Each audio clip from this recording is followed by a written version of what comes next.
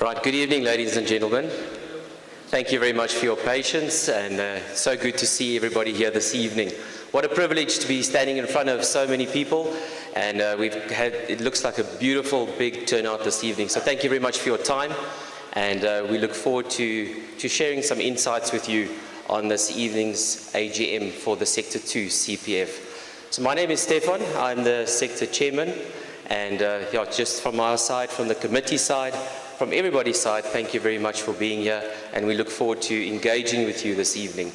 What's important for us just to take note of is that it is being live streamed, as you can see, so please smile and wave at the people at home, and from the people from We Are Centurion TV, it's a YouTube channel, so not even if you cannot be here this evening, for the people at home, thank you very much for tuning in, listening, and hopefully engaging with us over the sector phone or any other way. Unfortunately, we will not be able to take any questions with you from your home, but the people that are here this evening, you will definitely be able to ask a few questions and engage with us. And that's what's important for us at the end of the day.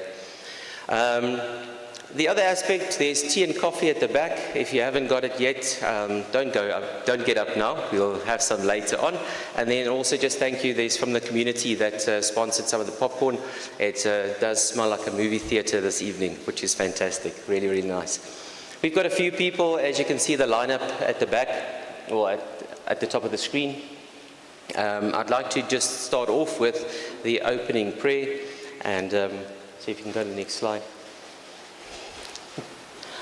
So before we go with the opening prayer, just so that we can put it into context of where we fit in, we're the CPF, Community Policing Forum, but there's 3 sectors involved. And you're going to hear a lot about this a little bit later on, but just to put it into context, so we are here in the middle with Sector 2, covering Rooihuiskraal and the Reeds. So if you're not from this area, you're more than welcome to leave. No. We are all together in Centurion, together. Although we're different sectors, we work together. We're one community. We are the Centurion community. So if you're listening from any other area other than the Reeds or Rooihuiskraal, welcome as well. You are very welcome. Let's open up with Lamay. You will open up in prayer for us this evening. Thank you very much, Reverend. Good day, everyone. It is so nice to see that a community with lots of different ages and people come together to stand here together. And without giving it any thought about the different sectors, I thought to open today with Psalm 139. I'm only going to read a few verses of this psalm. O Lord, you have searched me and you know me. You know when I sit and when I rise. You perceive my thoughts from afar. You discern my going out and my lying down. You are familiar with all my ways. Before a word is on my tongue, you know it completely, O my Lord. And then verse 13. For you created my inmost being. You knit me together in my mother's womb. I praise you because I'm fearfully and wonderfully made. Your works are wonderful. I know that you are well.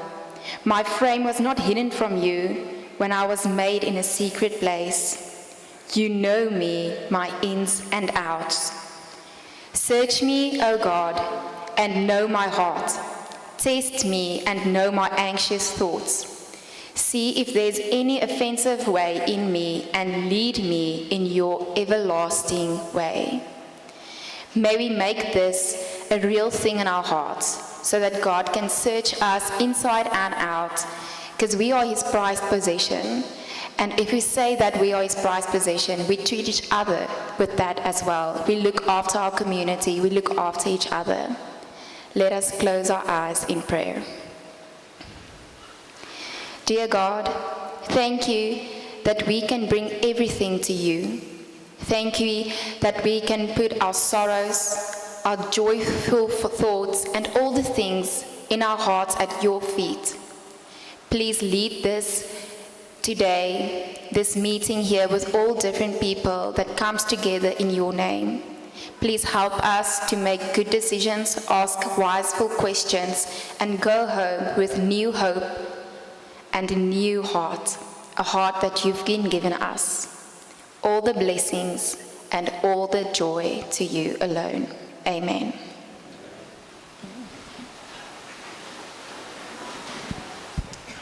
Thank you very, very much. I appreciate that, Reverend.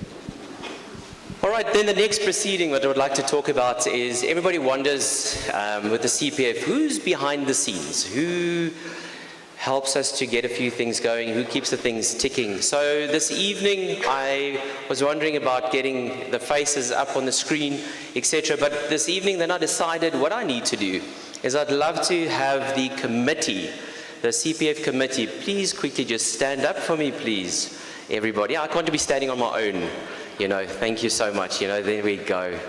All right, so there we go, there are some of the faces that works behind the scenes. And yeah, so from our side also just thank you very, very much for all your hard work. There's hours and hours of work going into many things that either you see or you don't see.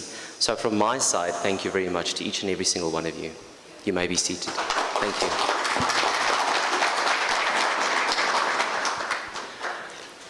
But that's not the CPF. Who is the CPF? Look around here this evening. If you see the people with the reflective jackets, they are the CPF. They are here this evening as well. Not everybody can be here. Some people are still on the road assisting. Some are here this evening.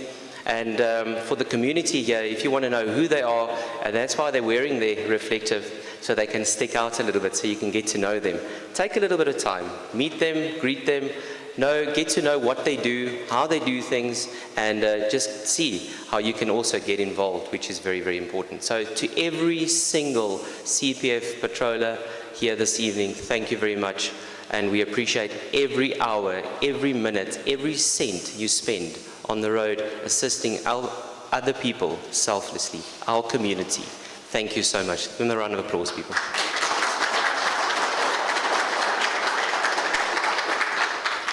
Without any further ado, I'm going to hand over the microphone as quickly as that. Yes, Marie, as quickly as that. All right.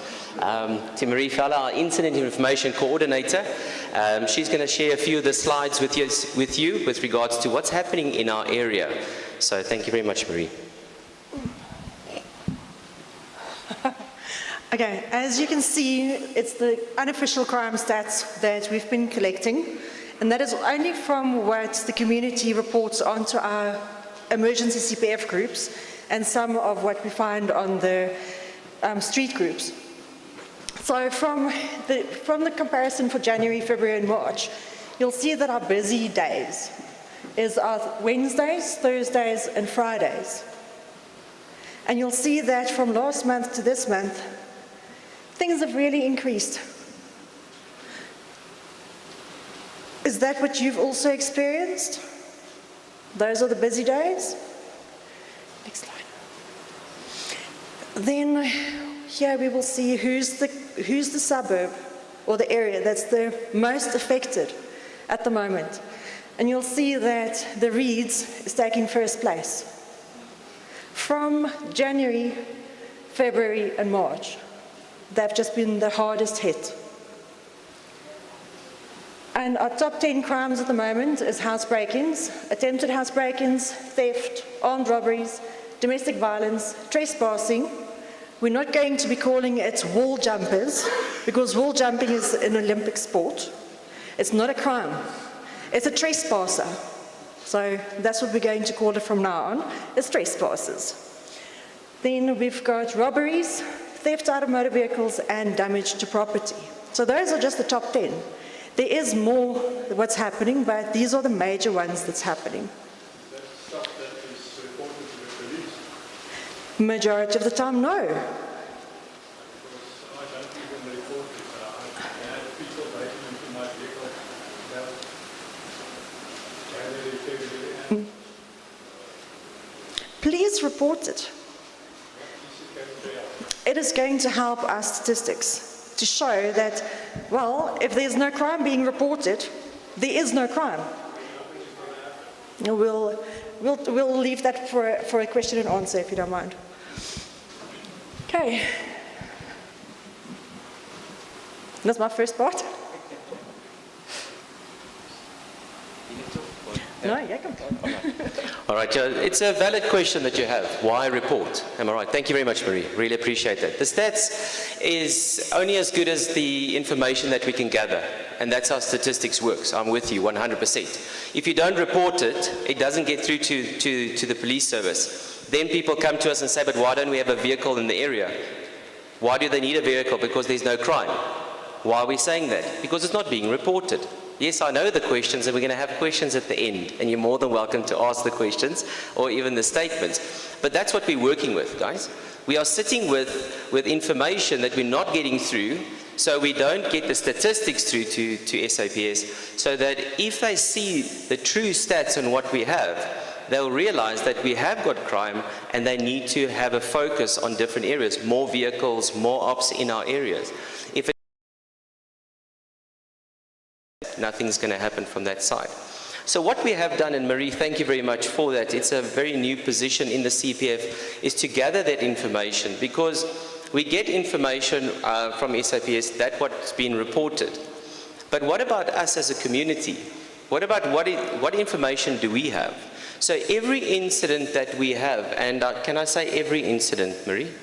Every incident, she will go back and she will find and see if there's footage, information, is there a case number, have you opened up a case, what information you have, if you have not opened up a case, why not? All of that statistics, we go and we put up there for you this evening.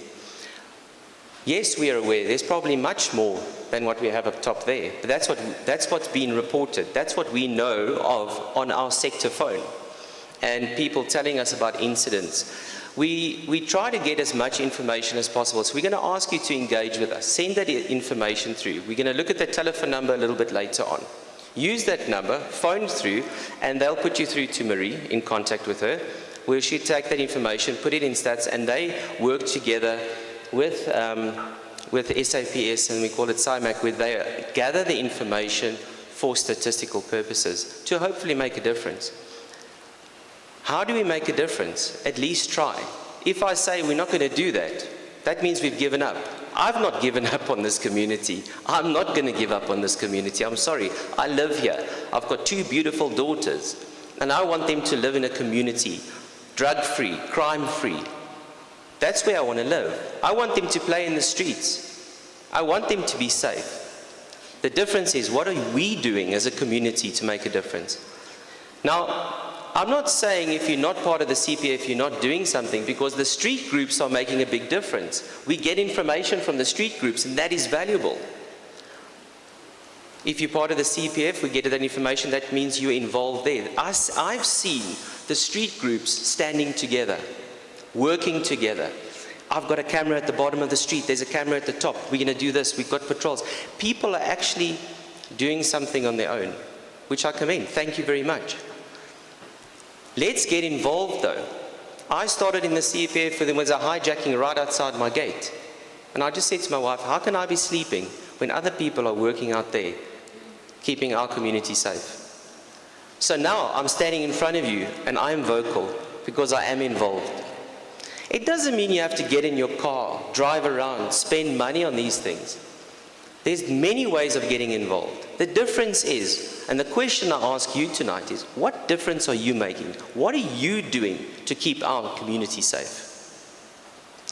The people with these shirts and reflectors, they're trying. If you're not wearing a shirt or a reflective, you are here tonight. You are concerned. You are trying. And thank you. That's why we're here, to look at resolutions. We're sitting here with how many people? It would be very interesting to find out how many people we have here this evening, with so many good ideas to work together towards a safer community. Later on, we do have SAPS members here, which will engage with you at the end. So for the people at home, I'm very sorry once again, but the people that are here, you're more than welcome. We'll have some opportunity to engage with them a little bit later and ask questions and see how that goes. So we'll be able to move through. Thank you very much. Then this evening, together with what we do as community and safety, we don't just look at the physical safety, but we look at the psychological safety. We look at who we are, who we work with, and there's a lot of incidents. And many of you here have become a statistic of crime. Good, bad. Even a small crime where people have, Marie, let me just get the word right, trespassed. I'm going to be joining the Olympic team of, no, just now I get into trouble. But you still feel, and I'm going to use the word violated. Somebody came onto my area and people are traumatized. But there might be other crimes, other things that happen in the community. And we have got people that look after us. And tonight, I want to thank you very much for Monami being here this evening. The representatives, Jacques Boertes and Carmen Engelbrecht, will be talking to us a little bit about victim empowerment and domestic violence and how it all works and how it all fits into this community that we're working with. So over to you, Jacques.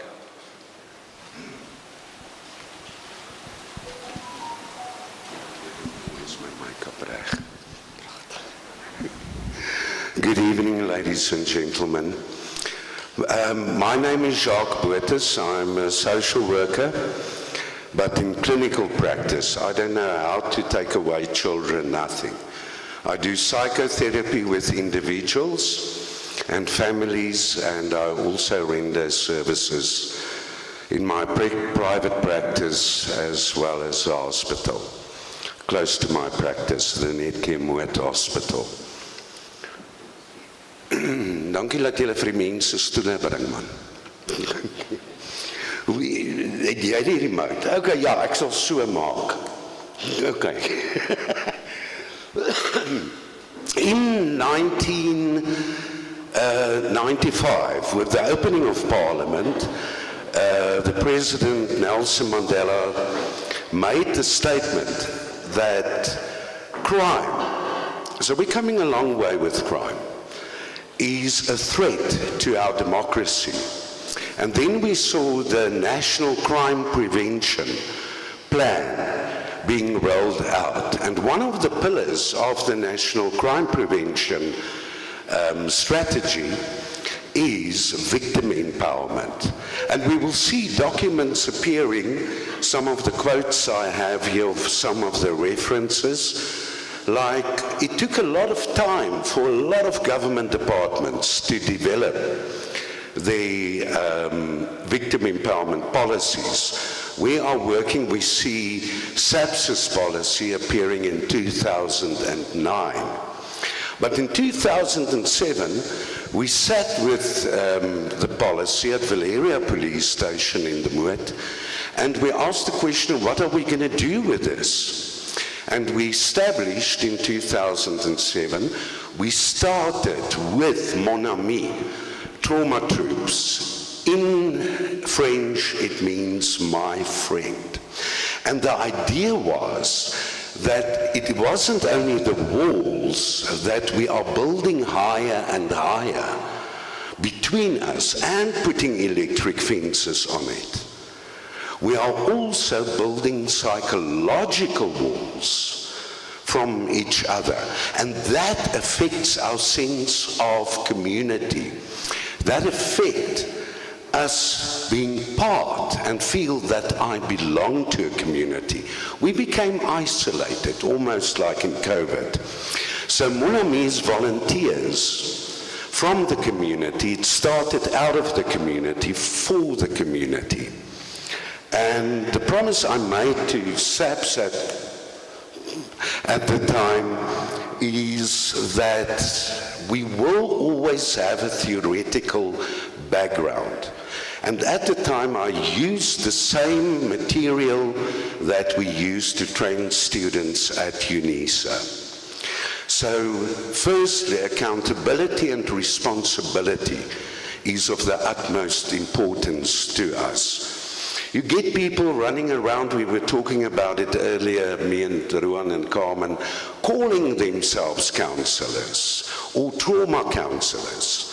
And that is a very big problem, because you can only be a counselor once you're registered with a statutory body. The Mental Health Care Act defines a mental health care practitioner as a doctor or a psychiatrist or a registered nurse, psychologist or social worker, OT, the occupational therapists. Then the important part, who completed the accredited training. So the person must be registered as a practitioner with a body. And the aim of it all, of all the legislation and the Mental Health Care Act, is to do no harm. The oath we take in the medical world, premium non nocere, to first do no harm, and then only the good. So our mission is to restore good neighborly relations in our community. So speaking about our approach to accountability, we set our volunteers through a training process that can last up to a year. We train them in the Carl Rogers person-centered approach, because that is expected by the victim empowerment policy, that the approach shall be person-centered. We train them in the policies of different provinces and also the national policy that rests with the Minister of Social Development. Victim empowerment is the Minister of Social Development's responsibility, and it is a CPF function as well, together with SAPS. Evidence-based, so it is academic, and then we have a very, very strict ethical code, and the trauma troops also adhere to the minimum standards of the Department of Social Development. But we try to do more than the minimum standards. So they are trained according to the policies of the department, and from 2019, we also added to the training psychological first aid. Now, psychological first aid is a model developed by the Red Cross, adopted by the World Health Organization for times of disaster. Little did we know that a year later, the Disaster Management Act will be activated during COVID. And we have monthly supervision meetings that we use for debriefing, education, further development, and fun at times. Speaking of premium non nocere, the values you see there is the values of the great Carl Rogers, the father of the person-centered approach. So respect. And it also harmonizes and resonates with the policy. No person who experienced any traumatic event should be handled disrespectfully. So firstly, we have respect for the individual we have contact with, the groups we have contact with, like this group, and also groups like families and communities. Individualization is about the person's strengths. We speak of victim empowerment. Why don't we see the person as a survivor of a disaster or a traumatic event? Yes, they've been victimized, but they have also survived. And we shouldn't treat that person as a victim. We should treat that person as a human being with their unique strengths. And then self-determination links with their strengths, because we want to give power back to the person as soon as possible after the event. Research has shown that as soon as possible you give the person control, they realize I am in control of this traumatic situation. Even if they ask us to phone my mother, here's my telephone, you phone your mother. So, and then obviously confidentiality, that is also expected by the policies of the department and SAPS as well. So what does victim empowerment aim to do? So first, it's an interdepartmental organization or policy from education to SAPS to DSD, all government departments has the responsibility and civil society to engage in victim empowerment. So it aims to actively participate, the victim, in the justice system. So we had the question earlier. We are aiming to have an increase in report of crime, because what we know from many years ago, from the history of South Africa, not all people wanting support from the police did get it. They were chased out of the charge office. So that is not going to happen, and then people didn't report crime.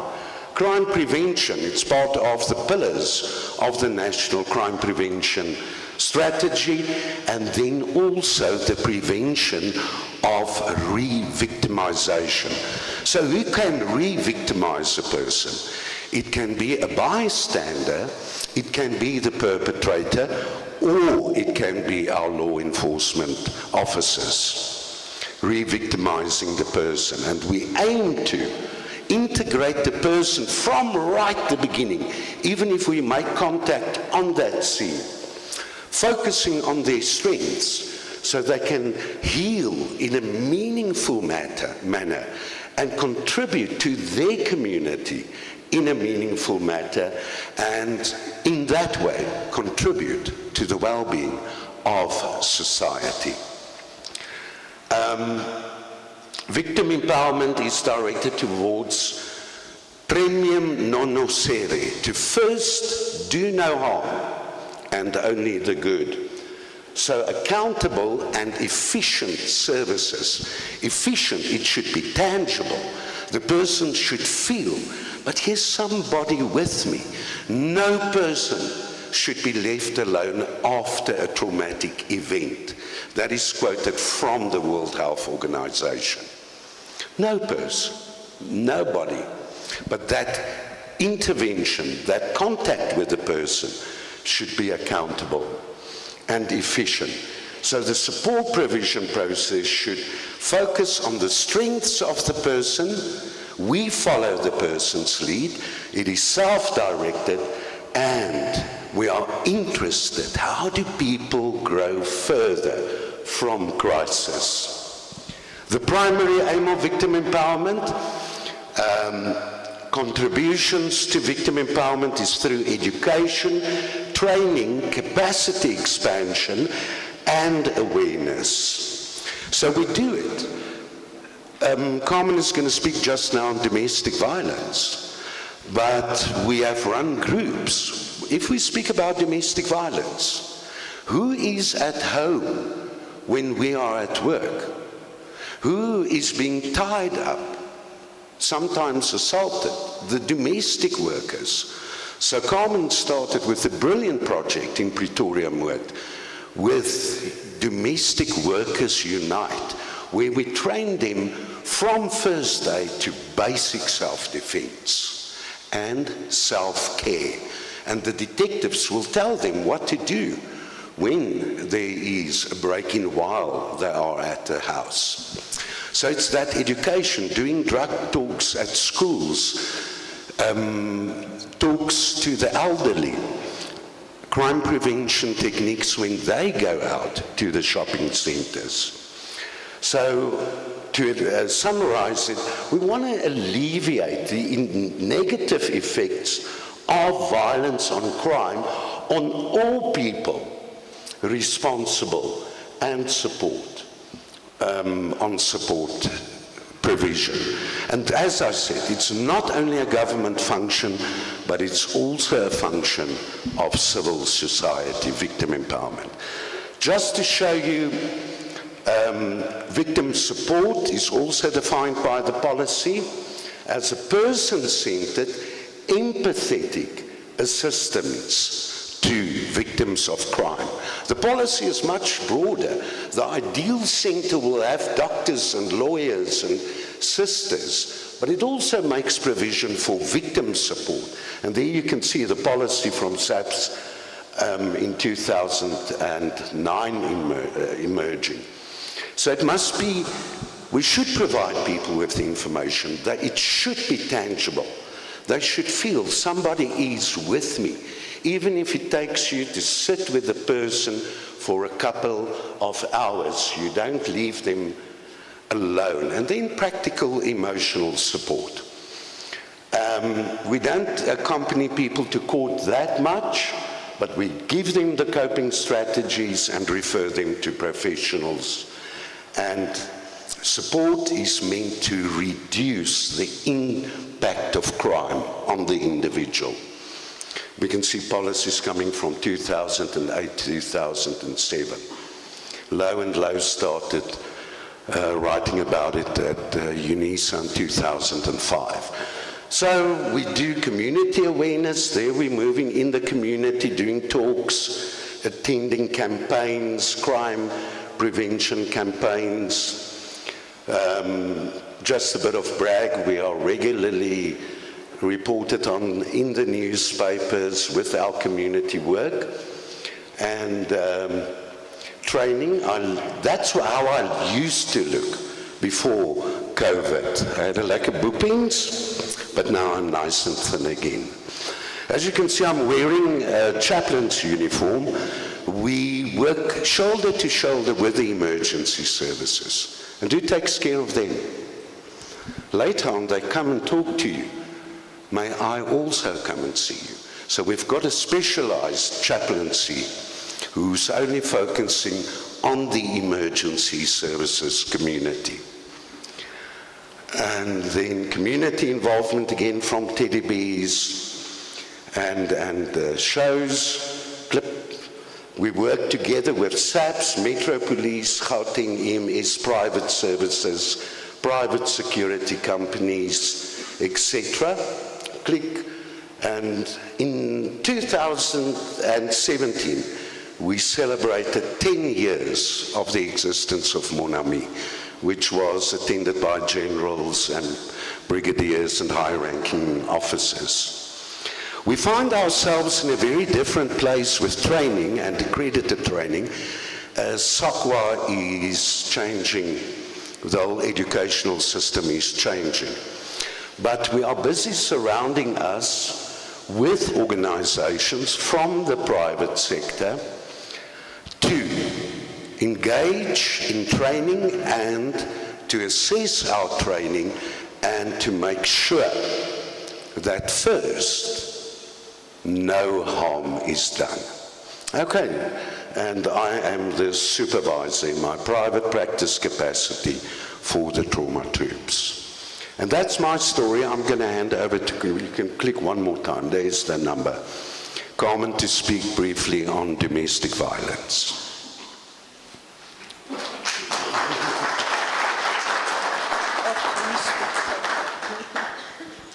Good evening, ladies and gentlemen. I'm the chairperson of Monami Trauma Troops. I've been involved probably for 16 years of the 17 years. Domestic violence is basically an umbrella to all forms of abuse. You get your physical, your emotional, psychological, economical even, where people will try and take your money, cyber, any form where there is some harm to another person. Now, as Jacques said, we do not, we don't want to do any harm. So with the psychological first aid course, we are trained to look, link and listen. So we will come in and we will listen to what the person is saying, and we will link them up with a professional, because any form of abuse needs to be handled by a professional. So, yeah, the other thing is that we also make sure that the scenes are safe before we go in, because you don't know, especially with physical abuse, whether you're going to get hurt in the process. So many of the times we will only meet with the people at the police station where we know we are safe and the client is safe to be assisted. If you need further information, we've got some pamphlets and business cards here, and we've got Sonia with us. She is our representative here in Centurion, and you're more than welcome to speak to any of us afterwards. Thank you. Thank you very much, Carmen and Jock. Sonia, if you can just raise your hand so people can see who you are. There we go, there's Sonia. Jock, thank you very much, Carmen. And she's a chaplain. Right, thank you very much for all that information. Hopefully it's adding a lot of value to you. You never know when you need it, and I can see that Monami's come many, many years, and they are very good and professional company, NPO to work with, so thank you very, very much. So, it takes us to the next section, and Gordon, you are, I'm getting a bit of feedback here. Gordon. We're going to see it for you. Good evening, everyone. I'm Gordon, and then Gordon Klopper, Head of Operations within the Sector 2 CPF. So basically, what do we do as operations? So as operations, the main objective of operations is the effective and efficient execution of all the activities, operational activities within the area, which will include things like maintaining the safety of our public. So ensuring the safety and security of the public is the most important. As Head of Operations, I, myself and Quentin coordinate efforts to prevent crime or try and minimize crime in the area, responding to emergencies, and then also protect the citizens of the Sector 2 vicinity and area. Strategic planning, developing and implementing plans strategically to address emerging threats within the area, improve response capabilities by trying to get more people on the road, getting security companies into the area at these peak times where we do experience the crimes. And then also the operational effectiveness. This includes analyzing each and every crime report that we get on the sector phone. As Marie mentioned earlier, is that a lot of our trespassers, wall jumpers, these guys, they don't get reported because at the end of the day, what are they going to get charged with? They're not in possession of anything. So we take those, that information, we put something together. Yes, when they're moving into the area, we can't do anything to them. But once they've got something with them, we can catch them on the way out. And that is the only way we're going to start getting these guys behind bars, is by catching them on the way out. And that, with that information is what we take and then put together operational plans. And then also training and development. So at the end of the day, as Head of Operations, is that the safety and security of the public is most important, but at the end of the day, the safety and security of the people under myself, the people giving their time back to the community, is just as important. We do try our very best to do training, or we do trainings to give the guys the relevant knowledge so that they can respond to certain scenes with comfort, with knowledge. And also there is a rule that if they are not comfortable to respond to an incident that they do not have to. At the end of the day, they're community members just like we are, and they're also giving time back. And I'm not going to make a call to anyone's family saying that it is due to a lack of knowledge from the CPF side that something has happened to a family member. So we all remember, so basically some of the things that we do, we all remember the wall jumper trespasser that was terrorizing Sector 2, specifically the Reeds area, from March, April last year until about December.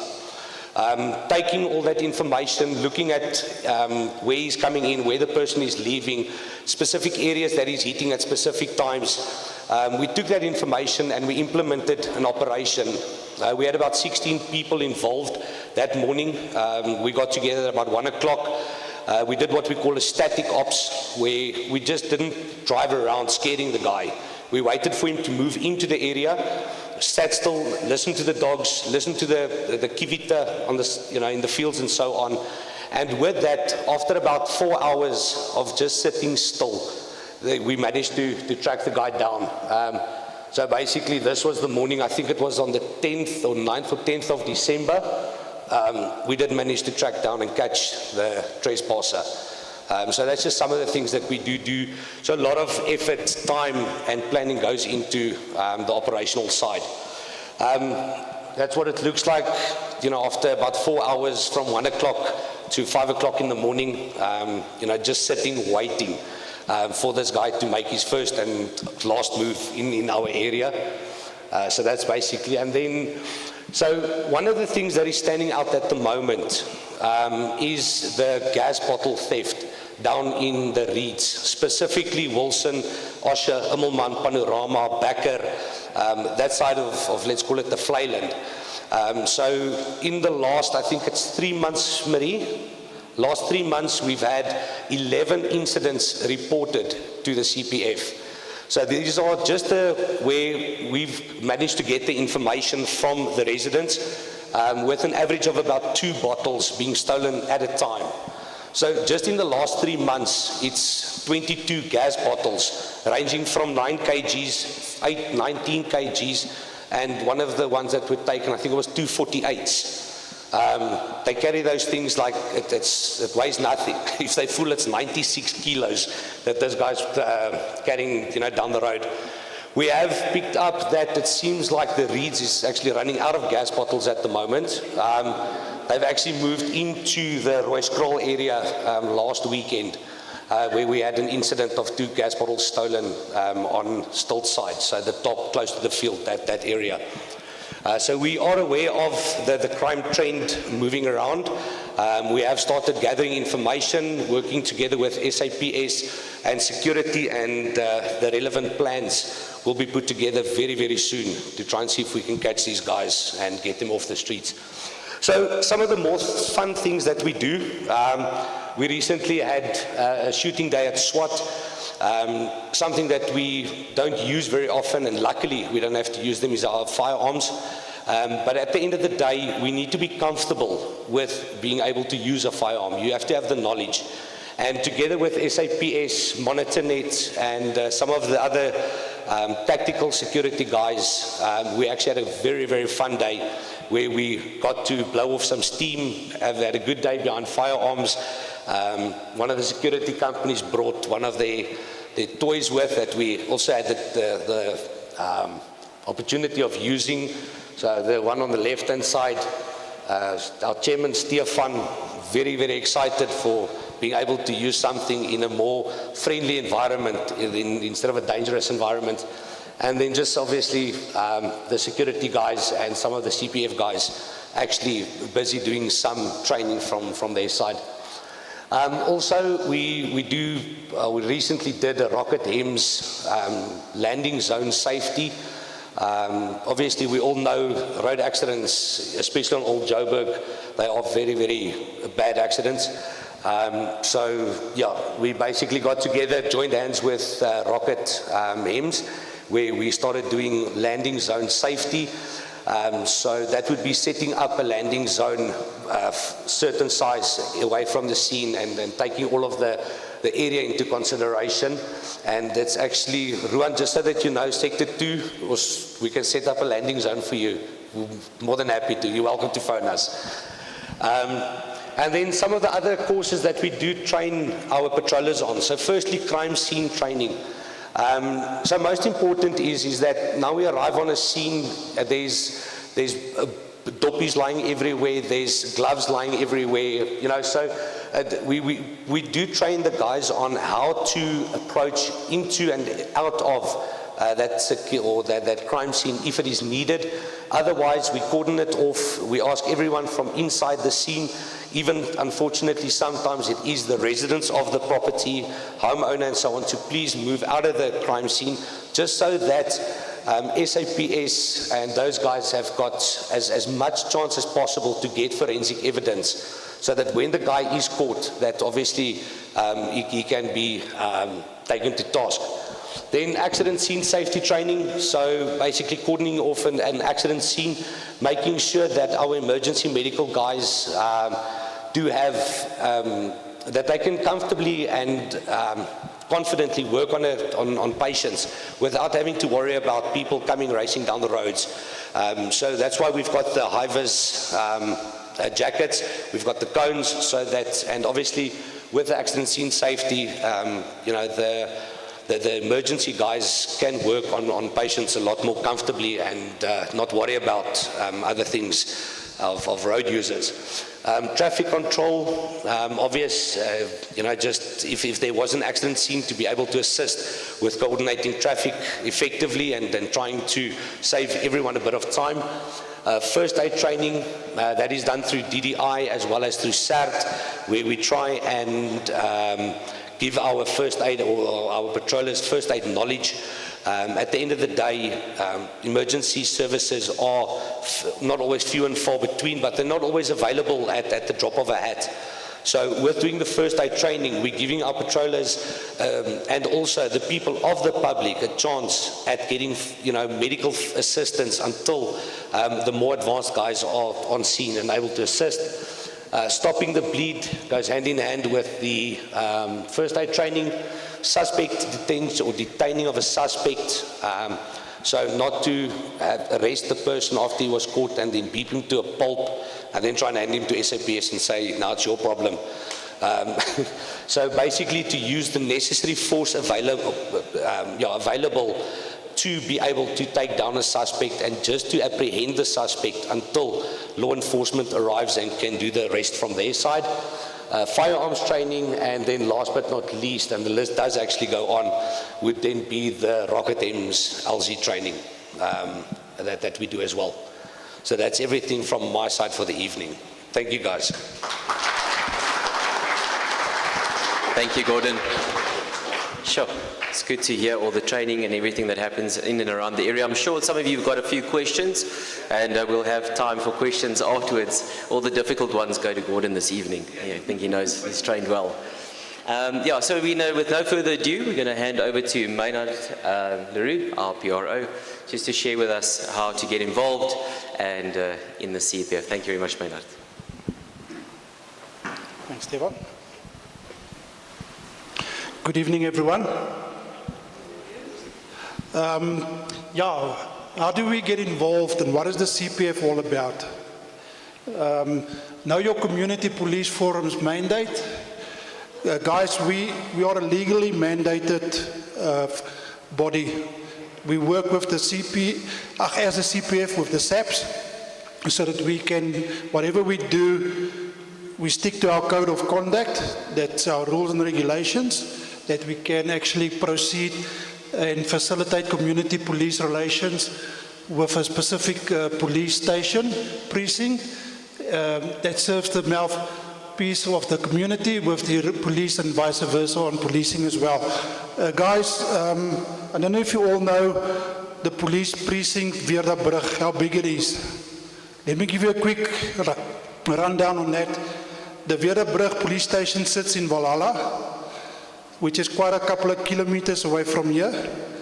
Their precinct, in short, stretches from Valhalla, Hemnops Park, Clubview, that's Sector 1, Sector 2 is us, this side of the N14 highway, which is Rooihuiskraal and the Reeds. Coming back Hatchfield, that little sports ground and Mashi golf course is, up to the highway again, that's Sector 2. Across the highway again, N14, Wierdabrug Park. You also have Eldorraine, Jevel, Sig, and Raslo and South Downs. That's all Sector 3. So you can imagine how much the police have got to cover in one specific shift or day. That's why the CPF is there, guys, to assist these guys on a day-to-day basis as first responders, because how do we get the information? We get it from our Telegram groups, our street groups, emergency groups, and we then do the first response 9 out of 10 times when the police is not notified via 10111 immediately. 9 out of 10 are the first responders on scene. Okay. And then from there on, we determine through our reaction teams, working together with our valued security companies, EMS people as well, to actually then escalate matters further for the police or medical emergency teams. Okay. Just so that you're clear where we fit in and that we are actually mandated. Guys, I'm not going to go through everything there and keep you long. I've just got a question for you. Who's been involved in a crime-related incident in your private capacity at home or a medical emergency while you've been a resident in this area? Just quick show of hands. You can see. Crime is everywhere, and it's not specific. It's not race-related or based. These guys, they're opportunists, and they come and they take wherever they see opportunity. And I think you can agree to that. That's why you're here, because you're concerned. You want to know what to do next. Who do you contact? Where do you fall in? And how do we take hands to go forward? That's why you're here. And that's why we are there in the field, in the community, to assist you as well. So coming back, you know, the police, I take my hat off to them. They've got a hell of a responsibility in a big area, like I already explained, but they do the best that they can. But they do depend on the information that we can gather, like Maria's our big helper in that, where we follow up on reported crime and we actually gather a lot of information valuable to the police and also to EMS services out there. So that's the way that we operate. We're not vigilantes. We don't run around like cowboys and crooks to catch criminals. Like Gordon said, we plan, we do proper operation planning, and we go ahead and we take hands with security guys, we take hands with the SAPs, and where need be EMS as well. The trauma troops, very well organized people. I think something that they forgot to mention from trauma troops, you don't have to have them on site immediately. It depends on situation to situation. Sometimes people are only hit by the trauma the next day or maybe 2 days later. And they will maybe reach out to us and say, guys, I need help. And we can contact them, make arrangements directly with the clients or the victims, and they will go out and assist from there. I'm correct in that, eh? Okay. Guys, yeah, we as CPF are the eyes and ears for the police, okay? And we need much more extra eyes and ears. The Telegram groups are there, and it helps us a heck of a lot. But if you look at the Telegram group sizes, the one for the Reeds and the one for the Rooihuiskraal, guys, we're not even close to 5,000 at this stage in total with the two groups. In total here, our Sector 2 is, Stefan, I think it's close to 70,000. Yeah, 70,000 residents. So we're not even close to that on just our emergency groups, but I think we do cope quite nicely. But if you look at the stats that was already mentioned before by Marie and Gordon as well, We're doing quite a heck of a nice job, as good as possible, and as when we are available. We're all volunteers, but we take hands and we do what is humanly possible. All right. Guys, I'm not going to go point by point there and bore you with all the details there. But yeah, the CPF facilitates safety and security meetings between the community and law enforcement, where we share a lot of details, like tonight, information and that. And we want you to go out to your neighbors. Know your neighbor, really. I'm not saying become best bride buddies and that's not what I'm saying. Know who's supposed to be on your neighbor's property. When he's not there, you know there's not someone else that's supposed to be there on that property. The next time you go away for a day or a weekend or a vacation, he does the same for you. He knows who's supposed to be there, who's not supposed to be there. And that way you make it a stronger effort for the criminals not to move around freely. Okay, so swap numbers, get on your street groups, if you've got street groups that's already established, and most importantly, get on our Telegram groups. If you're not sure how to get on to the Telegram groups, to talk to any of our committee members quickly afterwards. We'll assist you. There's a link, and you just click on that link, fill in a couple of details, and you're on our emergency group. Give that links out to your neighbors as well, please. We need to grow this. It's like the political parties as well. They need to grow to get support, to be in charge. That's what it's about, guys. How do you get involved in your sector? I don't know if you can read there, but quickly, you need to become proactive and involved, and do not cast a blind eye to the crime and wrongdoings, which really affects our safety and well-being. How do you do it? Report, report, report. Guys, we rather take any report of suspicious activities of persons or vehicles, and we investigate with the help of our backup, the security guys as well, that really give us a nice backup. And sometimes it's negatives, but sometimes we do a lot of prevention through that as well. And we prevent quite a bit of intended crime. Okay. Once again, we emphasize that the community organizations and development workers, including all the private security companies, should cooperate and involve themselves with the local CPF structures to mobilize community support in the fight against crime. In our area, I'm just quickly going to mention our security guys or companies that really give us a big hand, day and night, 24 hours. You can ask, and there's always someone that says, I'm en route, I'm coming to help you.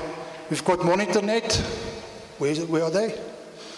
I think they just went outside now, but MonitorNet is here in the area. We've got CopWatch, we've got FADT, and we've also got Scorpion Risk. That's 4 strong companies that really gives us a hell of a lot of support. And we also give them support when they ask for extra hands or extra eyes. On top of that, we've got the EMS guys as well. Ruan, just quickly stand up there at the back. He's from CERT, Centurion Emergency Response Team. Him and his crews out on the road. Guys, they do a very nice job out there. They don't charge you anything, but they also depend, like us, on donations to survive. Please speak to Ruan afterwards, and he will gladly talk to you and explain a bit more in detail. Ruan and his team, they are qualified paramedics and much higher qualifications. I can't even mention everything. But please have a word with Ruan and them, and he will gladly share some time and information with you as well. We've got the Emergimed, we've got GPG. I think they just went out to a call now, those guys with the green overalls. Uniforms, they just went out now, so I think they're already responding to an incident. They are the state-based government ambulance services. They now residing in our jog building there in Korgans Park.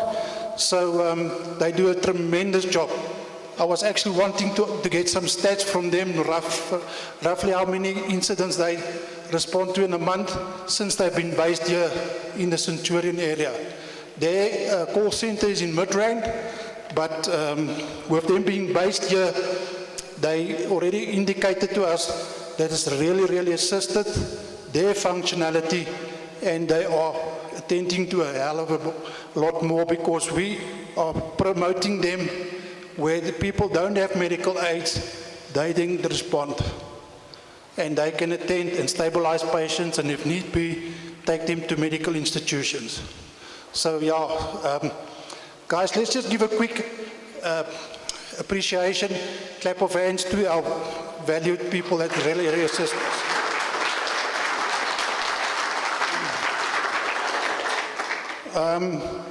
Okay, we build and support opportunities to educate and empower constructive relationships to deal with the different forms of violence and also social issues. That's where our trauma guys come in. We've got training people, DDI and all those companies that really, really help here as well. Crime prevention starts with a proper and effective intelligence network. That is where the reporting and also follow-up investigation details being gathered so that we have decent evidence to present to our SAPS people and also emergency people that needs to attend. Okay, so that's why when Stefan said earlier, guys, rather report everything so that we can build up a base of information and we can then strategize with all that information that's been gathered. Okay. Yeah, the question is, where do they report it to? Guys, you report to us. If you don't feel at ease to report it to SAPS, like Marie said already, we can follow it up. We can do a one-on-one talk to you. We get the relevant information that's required, and we can then involve the other authorities. But it's up to you. We can't lodge a case number for you at the SAPS. The victim must log his own case. Okay.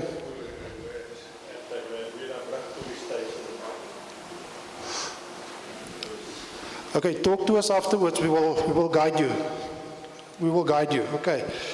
We all need to work together and make a difference in our community, and please get on board with the Wierdabrug CPF. Like Gordon's explained, we give proper training. We all volunteers, but we give you a lot of training. We do induction training where you become an active patroller on the road with us. We work in teams. There's no solo efforts, so it's safe.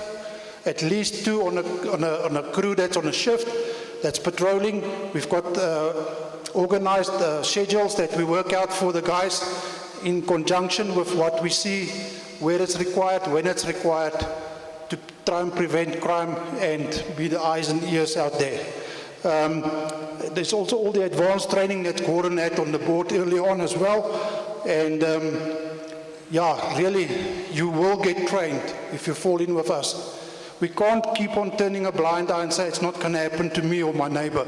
It does happen, guys. And it's escalating, as you can earlier see on the stats.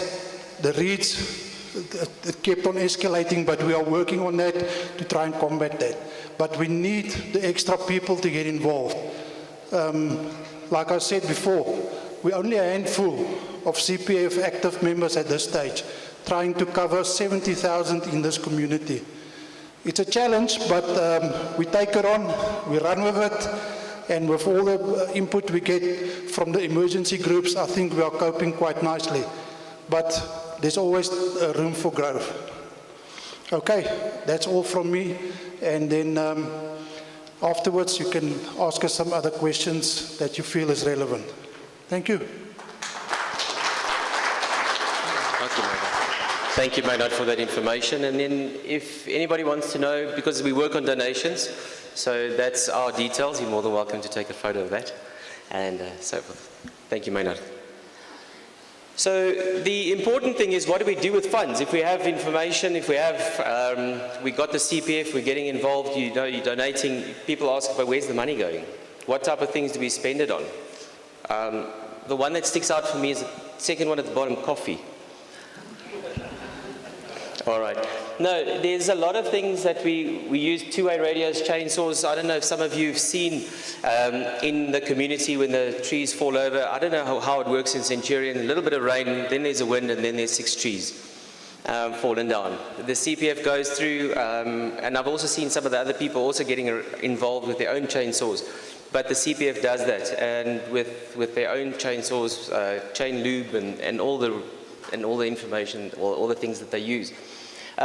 With that goes traffic cones, the CPF cards that we have. Each CPF member has a card that they should be able to show you if you see them, because we don't wear the uniform the whole time, and you'll see it displayed on them, or you can just ask them and they'll be able to show you. But those need to be printed, has to go through a process. So all of this costs money. Even fire extinguishers, I don't know who of you've been involved with a fire in and around your house. We do respond there as well. We assist as far as possible.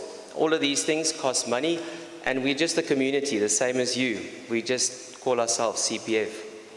We're just the same as you sitting here.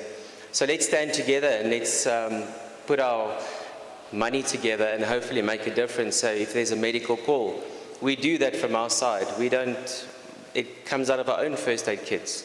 Ruan works on donations as well. It comes out of his, if I can say, his pocket, his organization. And they don't ask for anything other than a donation every so often. So how do you get a hold of us? Please, our sector number is on the board. That is the number that you can send information, you can get information. If you're unsure about anything, that's the number. Now, again, I'm saying we are just, we're also human, we also get tired and we also sleep. Yes, we work shifts, we try to do that, but during the evenings, we ask you if there's somebody trespassing, if you've got an issue, is to phone the number. Don't just send a message and say nobody's reported, because I slept through that. But if you call, I will wake up. All right, and the controllers will also wake up. We've got the Telegram groups. We've also on Facebook. We've also got a Zello community channel. So in case we've got, everybody can then talk. I've got somebody else, and then we can respond. We're also just community, the same as you. We need to help each other. Then we can say, let's close off that street, let's go here, and notify each other. If we're all there, we can make a difference. And that's what we're saying. These are some of the platforms we have and that we use. Insert. Hey. So, Ron, hopefully I got the number correct there. No, that's me. But speak to Ron afterwards, please. He's doing a sterling job with him and his team, assisting a lot of the times in medical calls. I don't know who of you here have had a medical call. He comes out there, he assists every time, smiles, and then just gets in his car and he goes again. He doesn't ask for anything. So thank you very much once again from our side, Ron. We really appreciate you. Thank you. All right, then the committee would like to thank Wierdabrug Police Station for all your time and assisting and working with us and sharing some of the training and the information with us, which is important. Security companies, as Maynard has mentioned, and I think working together with them. There's a whole list, and I've actually put them on the board. You'll see them now. Then specifically, if we're having a look at the patrollers, also for every single patroller here that's giving of their time.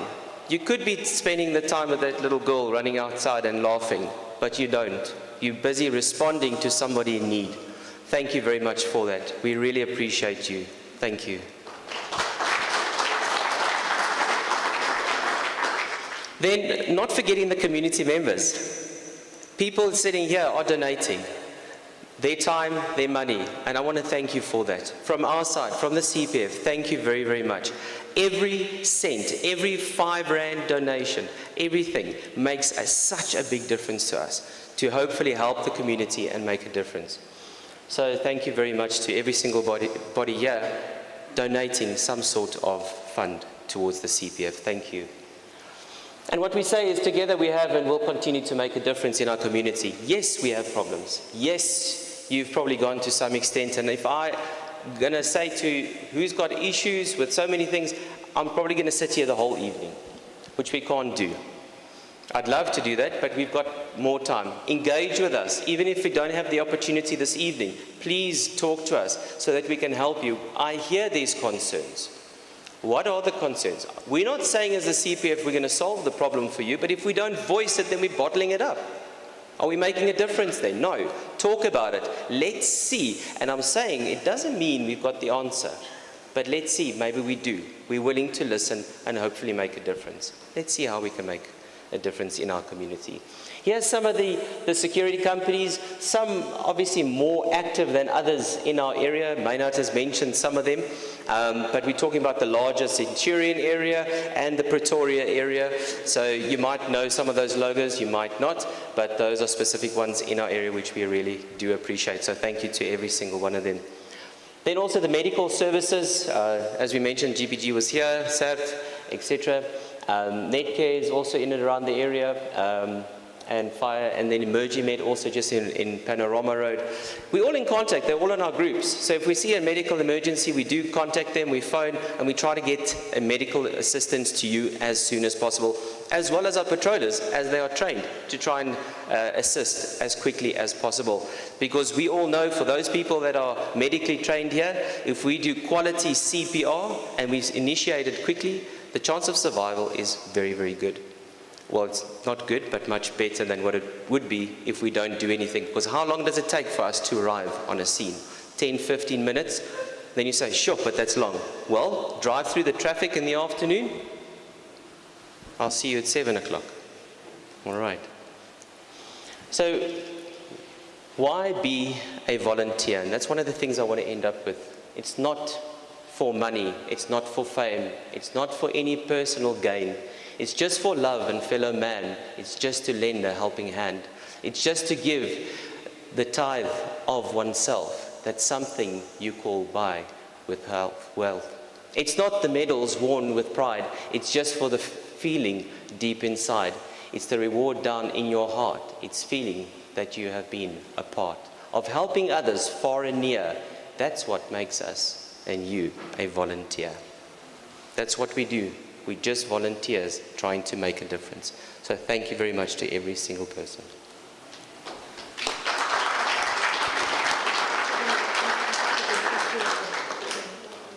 The Provincial Chair. Right, we've also got the Provincial Chair, Mr. Temba, here this evening. And we'd like to afford you the opportunity, if there's anything you'd like to say or share with us this evening, you're welcome to come forward and just talk to us. If you would like to. We're privileged to have you here this evening. I might be putting you on the spot, but I know that you're a man of stature and a lot of words, so thank you very much, and a lot of wisdom as well. So we're very privileged of having you this evening here, Mr. Temba. Thank you so much. Thank you very much. Good evening. Understandably so, I've been put on the spot.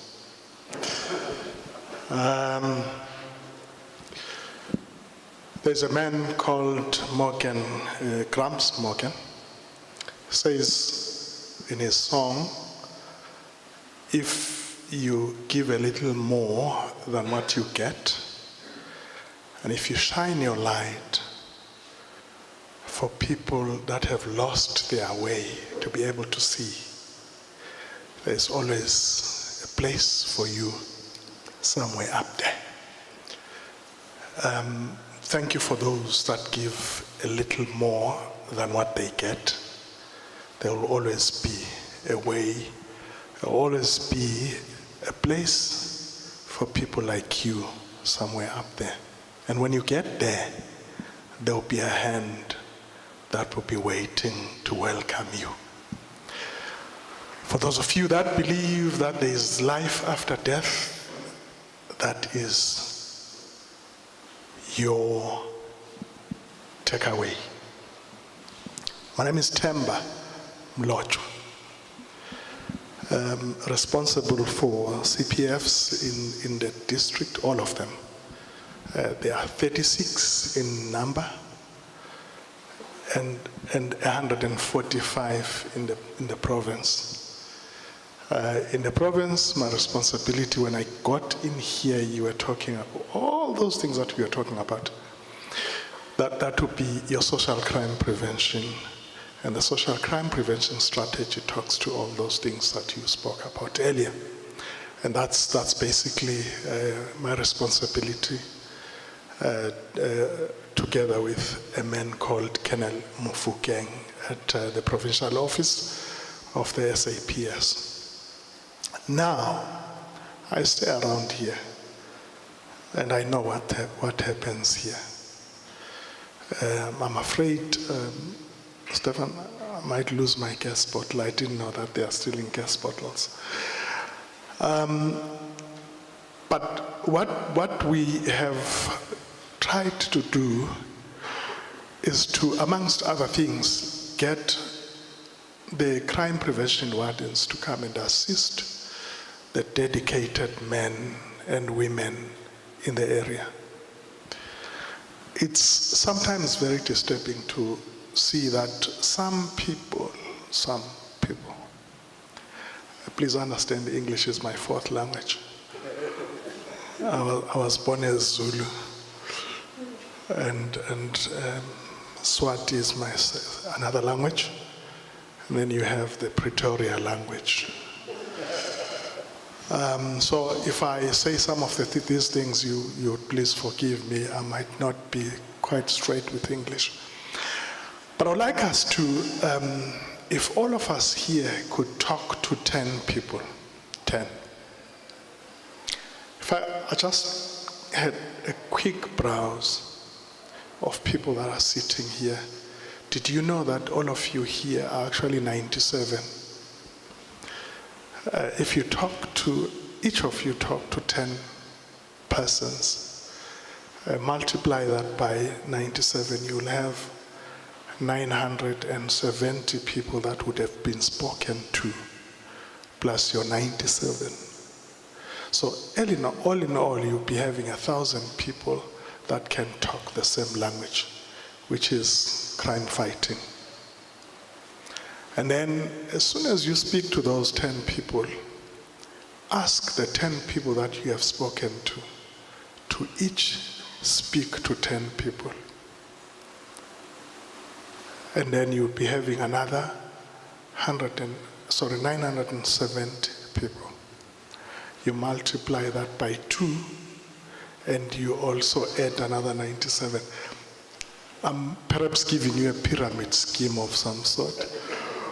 But I'm saying if each one teach one, we'll be able to deal with a number of issues that are actually problematic to us. And we'll be in a position to one day say, we look at our rear view mirrors and will deny that we ever went through this, because crime would be a thing of the past. By the way, there's only less than 200,000 policemen in the country. It's 196,000 as we speak.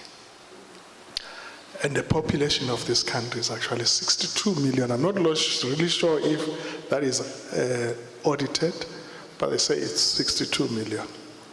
Divide 62 million by 197,000. You'll probably get around 500 persons per policeman. Now, if you throw that policeman into 500 people, you're actually looking at, call it a drop in an ocean. Nobody will be able to deal with so many people alone. And therefore, that's one of the reasons when you spoke about it earlier, that you have to have people taking care of their own security. First thing that you need to do, you lock your gate when you get home. It was God never created us to work at night as security. Night was meant for us to rest, sleep, wake up in the morning, go and work.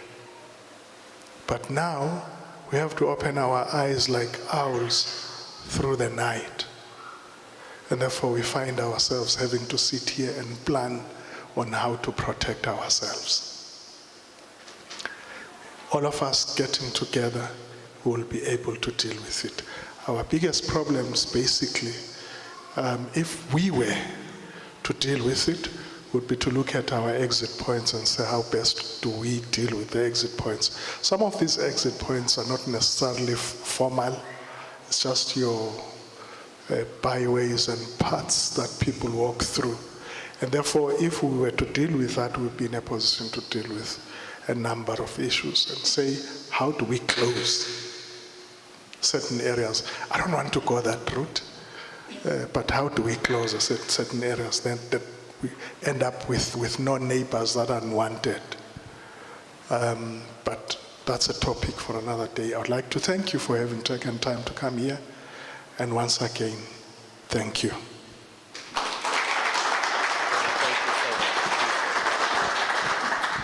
Thank you very much, Atimo. What a privilege to have you and all your wise words. Thank you so much. Okay, questions.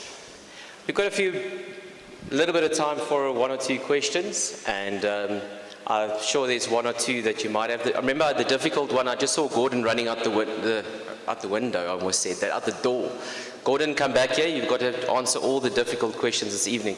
So we'd like to just engage a little bit with the community. I'm not saying we've got all the answers, but there might be one or two questions.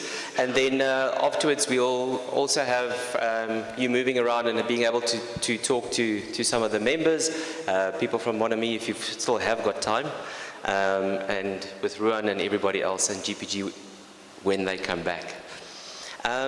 So is there anybody with any question? Yes, and I'm going to ask you maybe just to, okay, because I need to get it on the channel. I don't know if it's going to reach there. Thank you, ma'am. Thank you very much. My question is there a need for us to report a crime if there's nothing stolen to go to Wierdabrug police station?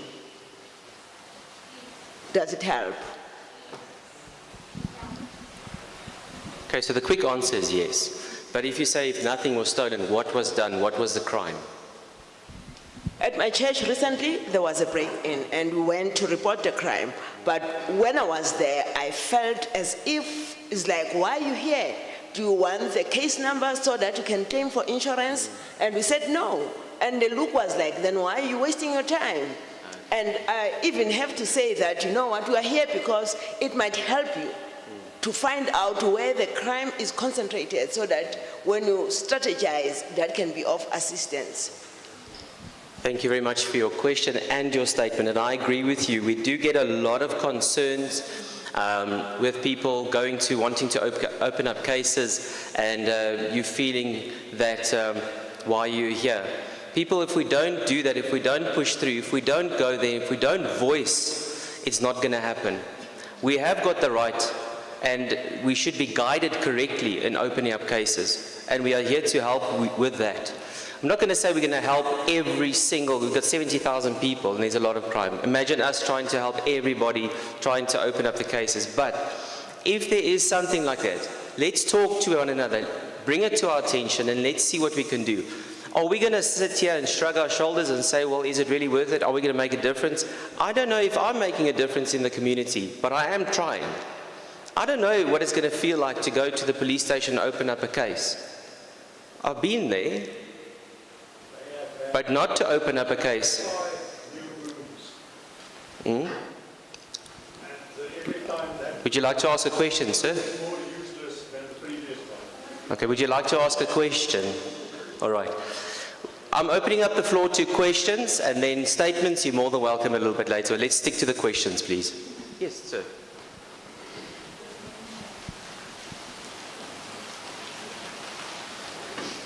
Thank you, sir. Evening, everyone. Excuse me, I've got a bit of a flu. I shouldn't be here, but sorry. And to the point of the lady, my understanding is there should be, I don't know if what it's called, but there's someone at the police station who's usually taking stats to collect, so to feed that into the system that says this and this crime is growing or there's a trend in this area. I would assume that is still the case, right? Maybe that's a statement and a question at the same time. Yeah. I would like to encourage, I've worked at the police as a clerk in my younger days.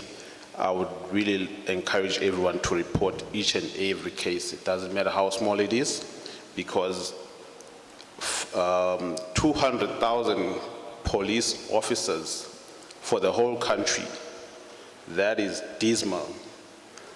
And I commend each and every person who works in the CPF, the volunteers, all of you, because what we're facing out there is terrible. But yeah, that's just a comment and a question. Thank you very much. Didn't quite get the question, but I'm with you. Thank you.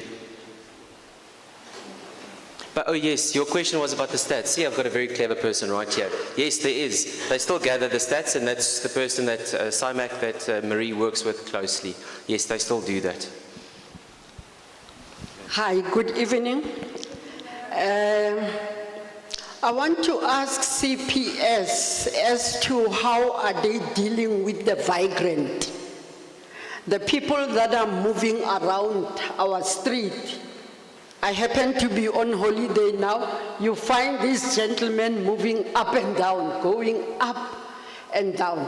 And that also leads me to these guys that are vendors, so-called vendors. But I've written a letter to Economic Development in the city of Tshwane and Metropolis, because I have the bylaws for the traders. I'll tell you why I'm asking that question, because the other day while I was driving to Pick and Pay, I saw this one gentleman. No, it's not a gentleman, it's a boy. I won't call him a gentleman. He was running as fast as his legs could carry him, and quickly sat with those guys at the van at the corner of Kerstel Street and Eitzer, running on Eitzer Street. I don't know who was chasing that boy, and then quickly joined those guys, sit with them there. I said, oh, he might have committed crime somewhere, and he won't even see. But I'm happy because I saw an emergency number there, of which I will contact if I see anything. But I'm concerned about this migrant, because as they're moving through the street, they're checking on the houses as who is not in the house, who is in the house, and later on there is a house breaking and other things. Thank you very much. Thank you very much, ma'am. Thank you. Is there anybody that would like to answer, or is this my question to answer? Answer you. If you ask them what are they doing here, they tell you, listen, food saving, it's not apartheid anymore. Is that what they tell you? I haven't had that yet. They're welcome to try. Yes. I think the law of our country now gives them the opportunity to move around like they want. We can't even get our area moved off. And if we just make it easier, because we have many people walking through our area as well. And I just feel it's unfair that the law is not protecting us. So it's difficult. We can't just, we're not allowed to just go over and interrogate or question people, ask them. We're not allowed, because the law doesn't provide that anymore to do that. So you have to let those people go.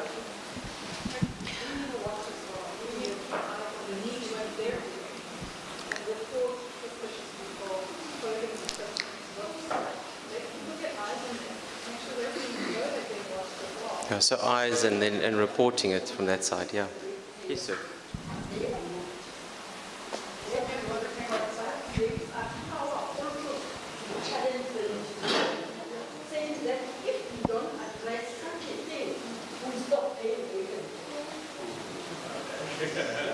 Good evening.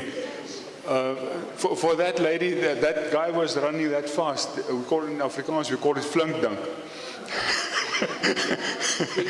quick think. somewhere in the beginning of March this year, there was a comment or somebody making a comment on Telegram about a person that put in a piece of paper between the guide roller of the electric gate. And I noticed that, but it didn't bother me. And then towards the end of March, we went on leave, and I had a camera installed, and I've set up the alarm function on the camera, and I got a notification from the camera. I'd look at the playback, and yes, there was a guy walking down the street deliberately towards my gate, had a look, and I got the notification from the camera. Yeah, and here he put in the piece of paper between the guide roller and the gate. I found my neighbor, I asked him just to have a look, and it was a decay flyer that was filled to a piece and put into the gate, and he removed it.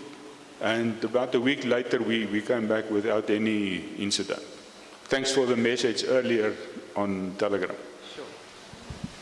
Thank you very much for that and sharing that. And it just shows you prevention and is better than a cure. Because at the end of the day, we don't want to respond to incidents. We want to have no incidents. But that's in a perfect world. Yes, ma'am. Do you want to come to the front? I'll try and repeat it then. Yes, fine.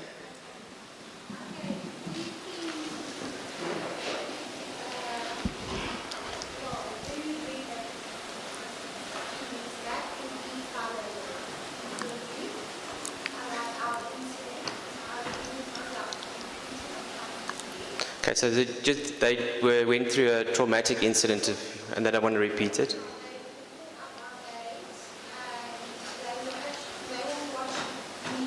Yes.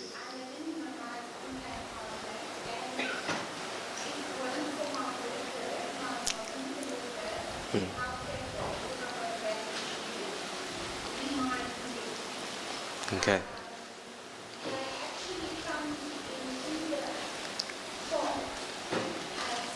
Yeah.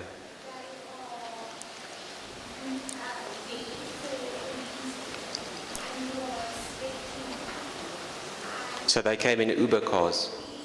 Okay.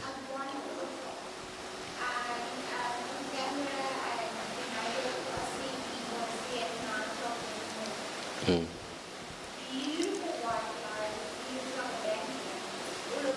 So very well dressed.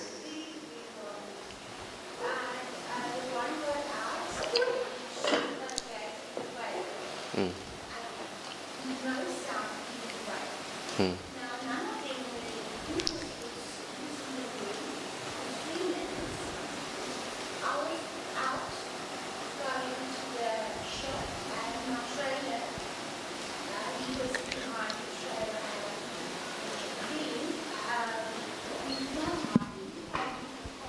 Mm. Yes.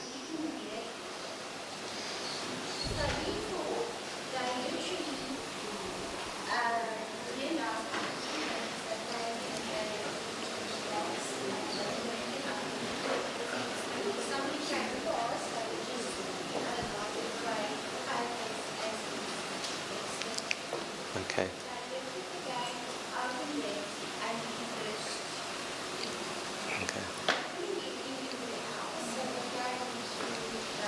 Okay.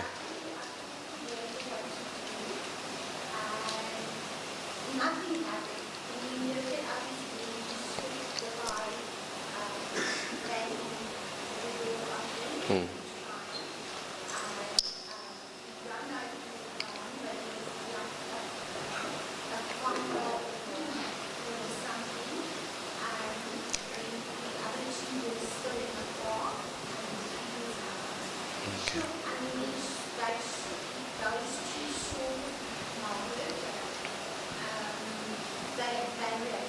Okay. I can imagine it's quite traumatizing, yeah.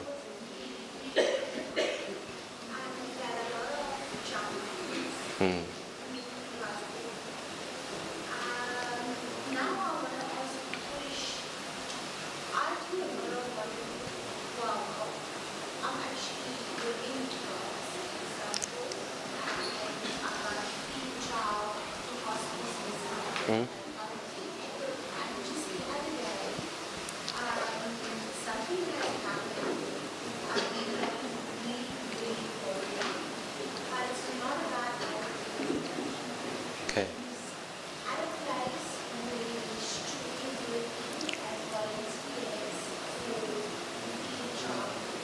Okay, so I'm going to engage with you. Sorry, I think just need for time purpose, I want to engage with you, but maybe that's something, because it's out of our area, it's something that you and I might need to just, and then I can engage with you with that, if that's okay, just for the sake of the community and that type of thing, but I'm very willing to engage with you, if that's okay.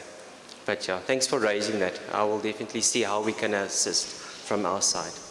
All right, let's have a last question. Yes, sir. Do you want to stand up and talk? I'd love to hear your voice, because everybody can quickly hear. One last question for us. Seems he's got a good question. I can see it in his face. Good evening. My name is Jack. So my question is, if you happen to have an intruder in the house or into your yard, how should you respond? Sure. And you're saying this while they're on YouTube. Thank you so much for that. I really appreciate that. My correct answer is very carefully, very quickly, swiftly, and to the point. I think the important thing is to have our security. I think it's a valid question, and I think this is something we all should be aware of. In your house, does your family know what to do in an emergency situation? We do fire drills and emergency drills at work. Now, I'm not saying traumatize your kids, because we do emergency drills at the young schools. We have games. We play with them to teach them what to do. Are we doing that with our children and our family at home? That's the question, because that's the question you're asking. What are we supposed to be doing? Who do we call? Where does the kids go? Under the beds? Is there a safe place for them to go? Who do we call? Are you the person that's going to engage or lock a door? Who's in the house? Can I quickly call? That's why we say, get onto the Zello channel, get onto our Telegram groups, and notify us as quickly as possible. And just say urgent, urgent, urgent. Send that the whole time. We know how urgent it is. Get on the phone. There's somebody in the house. I need your assistance. We've had those calls. The controllers will tell you, there's 4 of them in the house. They're moving through the kitchen. All right, now we know. Security companies, we're letting them know, there's 4 guys in the house, they're moving through the kitchen. Are they armed? Yes, they're armed. Now we know they're armed. Getting as much information as quickly as possible. Do not engage, because you will go from hero to zero in 2 seconds. All right. The last thing you want to do is engage. Yes, Mr. Timba. Here come some wise words now. Watch this space.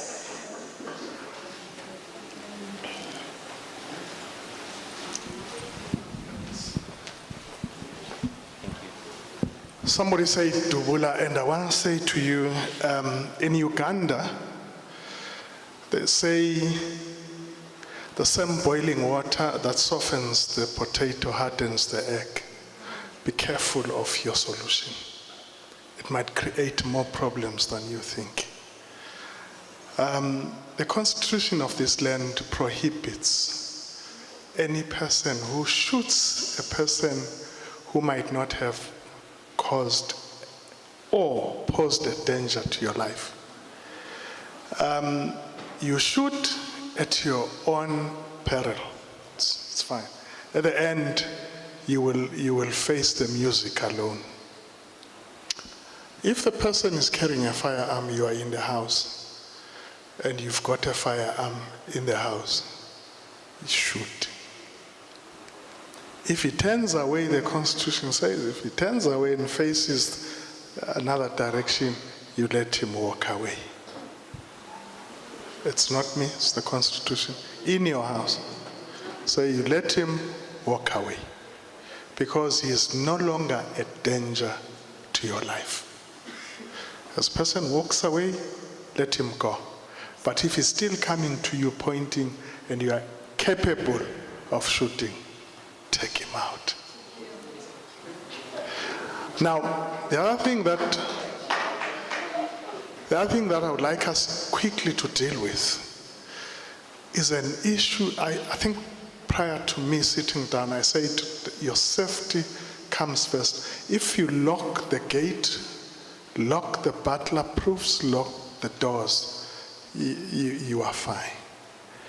Now, when a person has gone past all that and is in the house, regardless of whether he's facing the other direction, take him out. Because you don't know what he's going to do after that.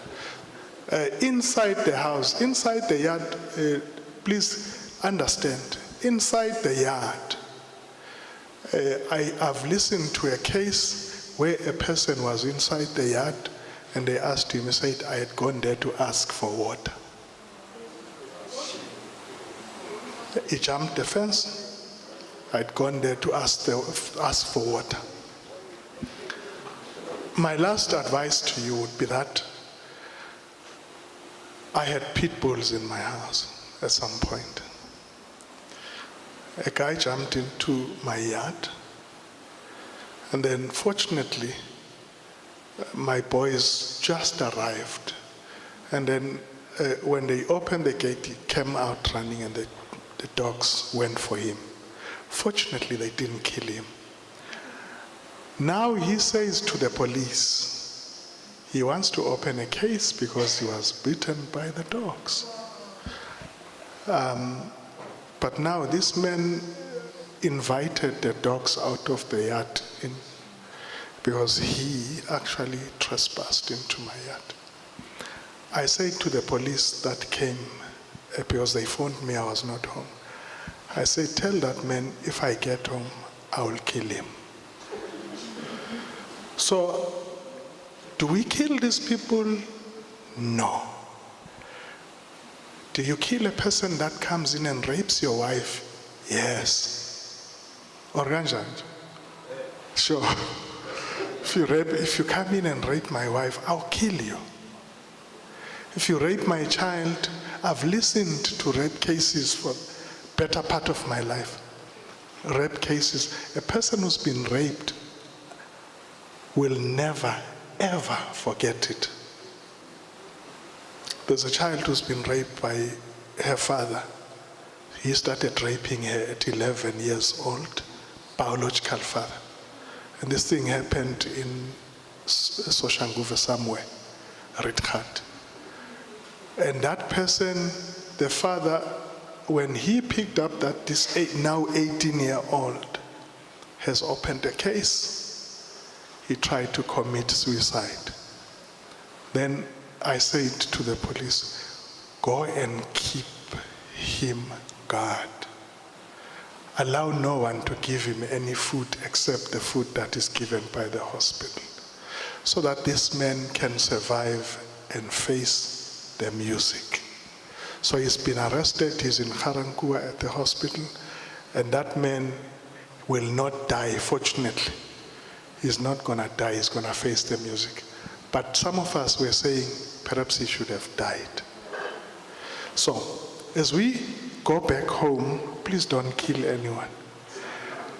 The Constitution at the end, as I close, says everyone has freedom of movement.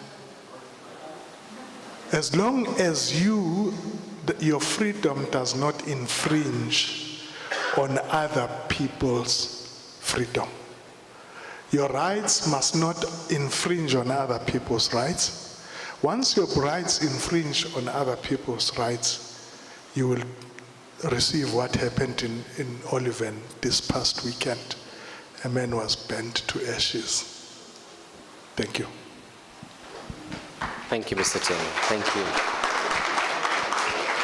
I cannot top that. So we need to close, unfortunately, for time purposes. I'd love to engage with you afterwards.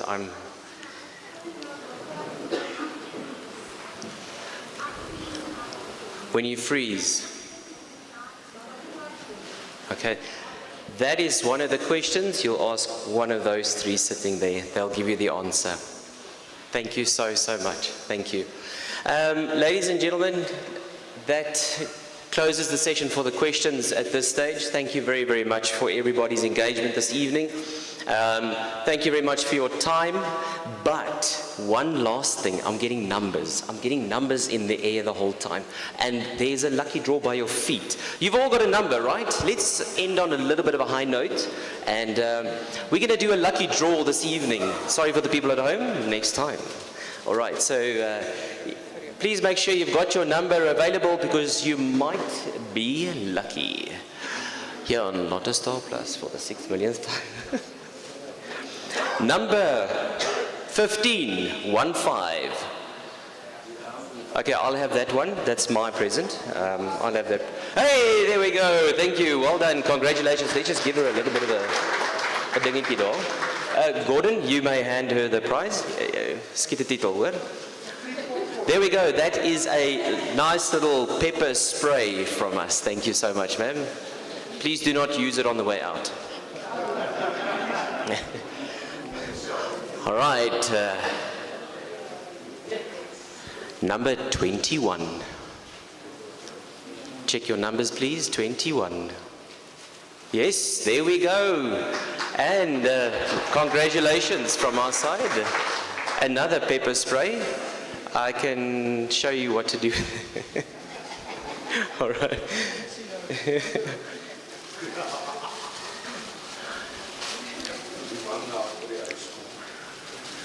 65, number 65. There we go. See, you asked the questions. There we go. Nicely done. Gordon? Yeah, lock. Is that a lock? Is that a okay.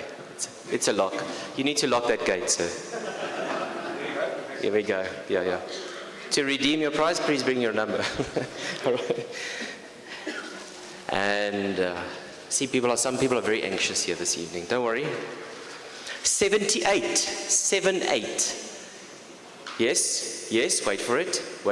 Yes, there we go. Congratulations. And what does he get? A smaller lock for a smaller gate.